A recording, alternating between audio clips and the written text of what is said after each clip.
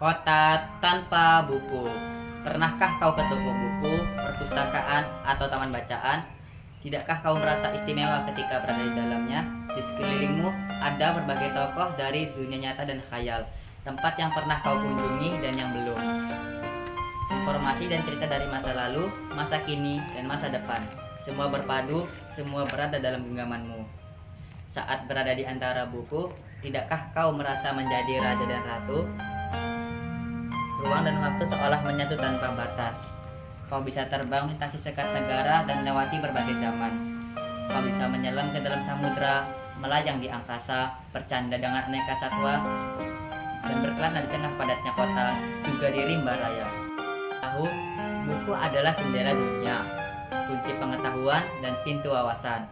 Muhammad Hatta sang proklamator berkata, "Aku rela di penjara asalkan bersama buku, karena dengan buku aku bebas." Melalui buku, manusia terbebas dari ketidaktahuan. Tempat-tempat yang dipenuhi buku adalah harapan berkembangnya pengetahuan dan wawasan. Apa jadinya jika kota tanpa buku? Pantaskah dia disebut kota? Di kota itu, mungkin kabar datang dari sumber lain, dari koran, televisi, atau internet. Mungkin informasi dan cerita datang dari cerita nenek moyang, bagai dongeng-dongeng sebelum tidur. Irama warganya pun tiada beda. Bangun pagi, bertebaran di muka bumi untuk berbagai keperluan, untuk kembali pulang di siang atau sore harinya. Kemudian mereka berangkat tidur dan memulai lagi hari berikutnya. Semua serupa. Di kota itu mungkin ada bangunan bernama perpustakaan. Di dalamnya buku-buku berderet dalam rak yang tak terjamah. Kedatangan meraih dan membalik halaman demi halaman dengan sukacita. Mungkin juga ada tumpukan buku di sudut-sudut sekolah yang sepi dan berdebu. Buku-buku di sana teronggok tanpa nyawa.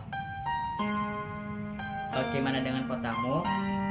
Mungkin kau tinggal di tengah kota yang megah, atau di gang sempit, di desa terpencil, di sisi pesisir, atau di kaki gunung. Adakah perpustakaan, taman bacaan, atau toko buku di dekat rumahmu? Jika ada, apakah tempat itu menjadi wadah berkumpulnya anak-anak dan warga, menjadi pusat berkembangnya wawasan dan pengetahuan, atau hanya menjadi pajangan? Maukah kau menjadi orang yang menghidupkannya? Kau bisa mengunjunginya dan mengajak teman-teman membaca dan berbagi cerita di sana. Jadikan tempat itu pusat kegembiraan dan pengetahuan.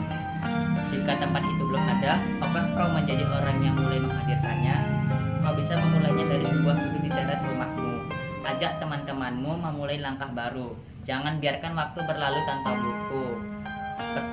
Siapapun dirimu, bersahabatlah dengan buku. Dia akan menjadi teman setiamu sepanjang waktu.